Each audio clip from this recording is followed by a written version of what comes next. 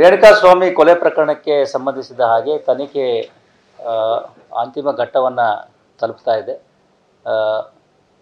ಅನೇಕ ಮೌಖಿಕ ಸಾಕ್ಷಿಗಳು, ಸಾಂದರ್ಭಿಕ ಸಾಕ್ಷಿಗಳು, ಜೊತೆಗೆ ತಾಂತ್ರಿಕ ಸಾಕ್ಷಿಗಳನ್ನು ಈಗಾಗಲೇ ಸಂಗ್ರಹಿಸಲಾಗಿದೆ.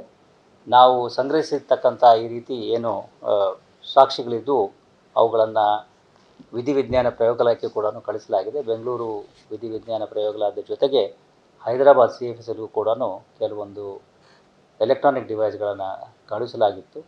ಈಗಾಗಲೇ ಕೆಲವು ವರದಿಗಳು ನಮ್ಮ ಕೈ ಸೇರಿವೆ. ಇನ್ನೂ ಕೆಲವು ವರದಿಗಳು ಆದಷ್ಟು ಶೀಘ್ರದಲ್ಲಿ ತಲುಪಿಸೋದಾಗಿ ಸಂಬಂಧಪಟ್ಟ ವಿಧಿವಿಜ್ಞಾನ ಪ್ರಯೋಗಾಲಯದಲ್ಲೂ ನಮಗೆ ತಿಳಿಸಿದ್ದಾರೆ. ಅವುಗಳು ಕೈ ಸೇರಿದ ನಂತರ ಮುಂದಿನ ಒಂದು ತನಿಖೆಯ ಭಾಗವಾಗಿ ಏನು ಕೆಲವೊಂದು ಸ್ಪಷ್ಟೀಕರಣಗಳನ್ನು ಕೇಳುವಾಗಿದ್ದರೆ ಅವುಗಳನ್ನು ಕೇಳಿ ನಂತರದಲ್ಲಿ ಆದಷ್ಟು ಶೀಘ್ರದಲ್ಲಿ ನಾವು ಈ ಪ್ರಕರಣದಲ್ಲಿ ಅಂತಿಮ ವರದಿಯನ್ನು ನ್ಯಾಯಾಲಯಕ್ಕೆ ಸಲ್ಲಿಸ್ತೇವೆ. ಓಕೆ, ಎಷ್ಟು ಅಂತ ಅಂಕಿ ಸಂಖ್ಯೆ I don't have this thing as already I had told earlier about 70% of the reports have come from Bangalore FSL and the remaining electronic devices what we had sent to CFSL Hyderabad, those reports are still pending. News first ನಿರ್ಭೀತಿಯಿಂದ ನಿಮ್ಮ ಪರವಾಗಿ.